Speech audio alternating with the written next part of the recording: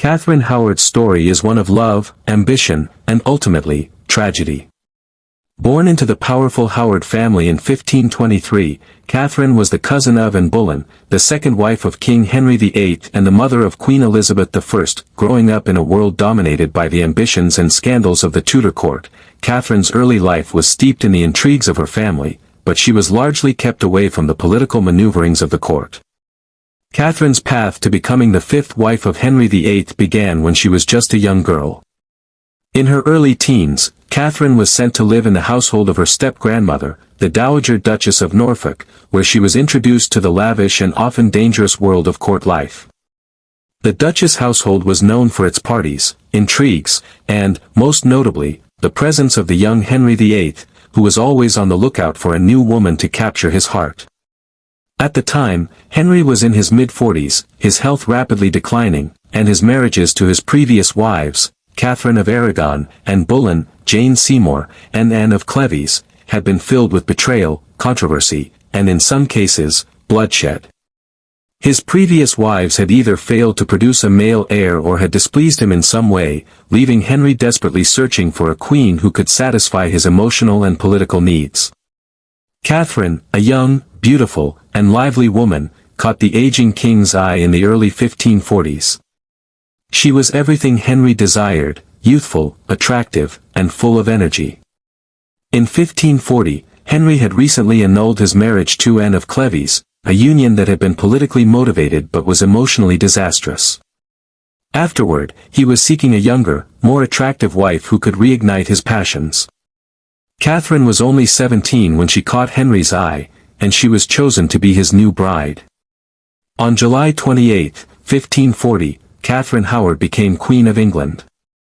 The marriage was initially a source of great joy and excitement in the court, as Catherine's beauty and vivacity brought new life to Henry's court.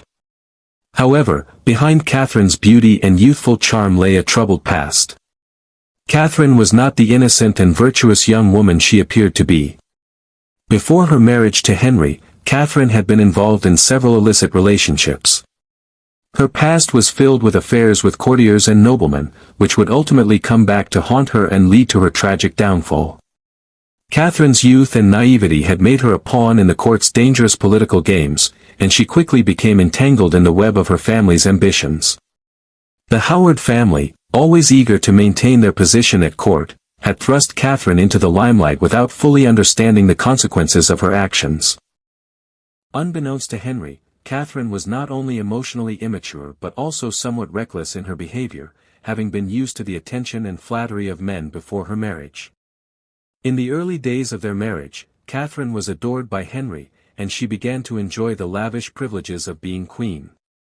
But beneath the surface of Catherine's life at court, her past would catch up with her in the most disastrous way possible. Catherine's flirtations and her previous affairs had left a trail of scandal that would soon be exposed. As she settled into her role as queen, Catherine's failure to live up to Henry's expectations of marital fidelity would eventually lead to her downfall. As Catherine's reign as queen continued, so too did her reputation for indulging in the pleasures of the court. Despite her marriage to Henry, Catherine was not immune to the attentions of other men. In fact, she quickly became involved in a series of affairs with various courtiers and members of the royal household. The most significant of these was her relationship with Thomas Culpeper, a young nobleman who had served in the royal court. Catherine's secret affairs were kept hidden for a time, but rumors began to circulate at court. In an age when the monarchy's reputation was of paramount importance, the whispers of Catherine's infidelities soon reached the ears of Henry's advisers.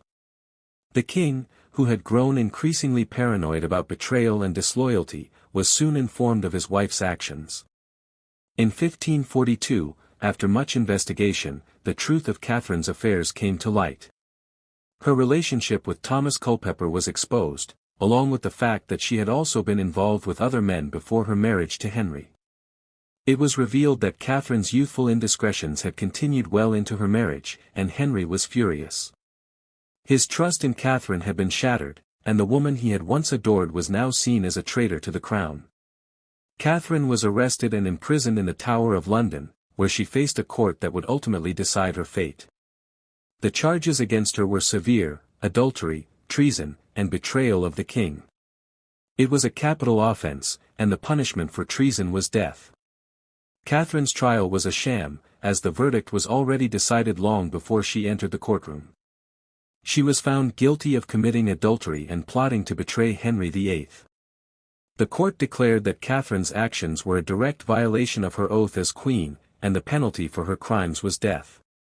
Catherine's fate was sealed, but what made her fall so shocking was the way in which it shattered the already fragile political landscape of England. Catherine was the last of Henry's wives to be executed, and her death marked the final act in the brutal history of the Tudor dynasty's marriages.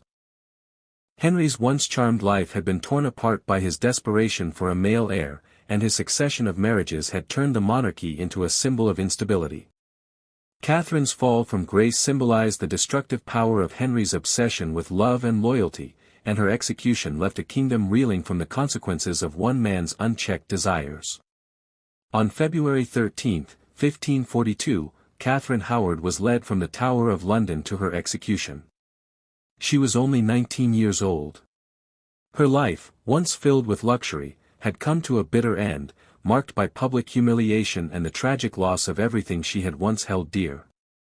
She was stripped of her queenly title, her dignity, and her place in the court. Catherine's execution was a somber reminder of the ruthlessness of the Tudor court and the price that could be paid for betrayal, even by the most innocent. As she walked to the scaffold, Catherine was accompanied by a priest who prayed for her soul.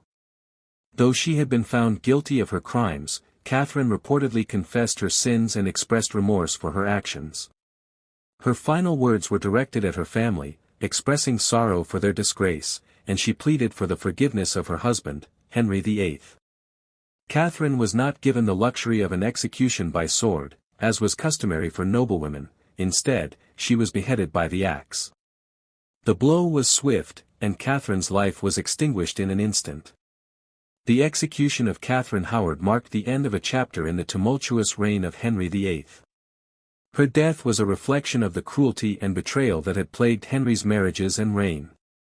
The young queen's tragic demise left a nation in shock, and her fall became a symbol of the fragile nature of power in the Tudor court.